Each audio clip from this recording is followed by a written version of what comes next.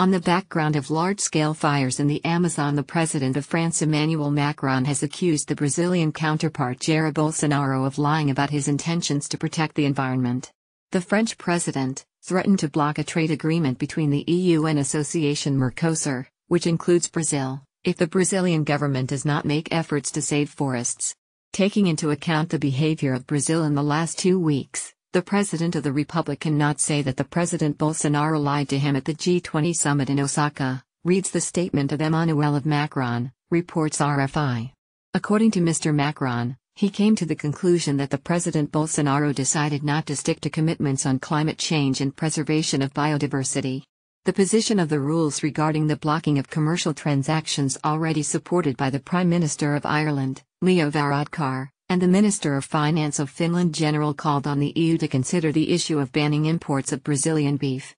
Now in the tropical forests of the Brazilian Amazon rages record number of fires. Environmental groups claim that the fires associated with the policy of Mr. Bolsonaro. He denies these allegations. On Friday he announced that it was considering the deployment of military to fight fires. At the same time he accused the president of France meddling in the affairs of the country for political gain and colonial thinking. Several world leaders also are concerned about the situation. Prime Minister Boris Johnson said he was deeply concerned about the impact of the tragic loss of this valuable natural environment. German Chancellor Angela Merkel has called the fire an acute emergency situation, overwhelming and threatening, not only for Brazil and other affected countries, but also for the world. The largest rainforest in the world, the Amazon, slows the pace of global warming.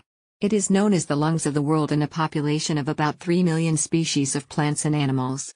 There also lives 1 million Native Americans.